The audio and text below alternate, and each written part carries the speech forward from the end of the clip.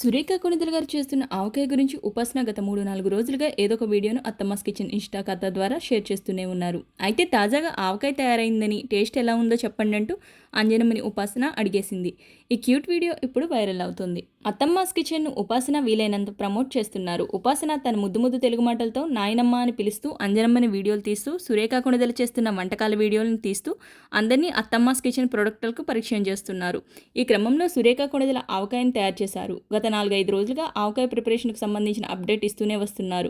ఇక నోరూరించి ఆవకాయ రెడీ అయినట్టు కనిపిస్తోంది. దీనికి సంబంధించి ఉపాసన ఒక వీడియో షేర్ చేశారు. అందులో అంజనమ్మ ఈ ఆవకాయ గురించి రివ్యూ అడిగారు. నాయనమ్మ, మీ కోడలు చేసిన ఆవకాయ ఎలా ఉంది, హిట్టా ఎవరేజా అంటూ ప్రశ్నించారు. సూపర్ హిట్, అన్నీ బాగా కుదిరాయి, చాలా బాగుంది అంటూ అంజనమ్మ చెప్తున్న వీడియో బాగానే ట్రెండ్ అవుతుంది. సురేఖ గారు తాను తయారు చేసిన ఆవకాయని అన్నంలో కలిపి అందరికీ పెట్టారు. అంజనమ్మకి కూడా కలిపి పెట్టారు. ఎలా ఉంది అత్తమ్మ గారు అని సురేఖ అడిగారు. చాలా బాగుంది అని అంజనమ్మ రివ్యూ ఇచ్చారు. థ్యాంక్ యూ అత్తమ్మ అని సురేఖ మురిసిపోయారు. ఇక చివరకు సురేఖ అభిప్రాయాన్ని తీసుకున్న ఉపాసన నెక్స్ట్ ప్లాన్ ఏంటని అడిగారు. మీ మావయ్య నన్ను దుబాయ్ వెకేషన్కి తీసుకువెళ్తున్నారు అని క్లారిటీ ఇచ్చారు సురేఖ.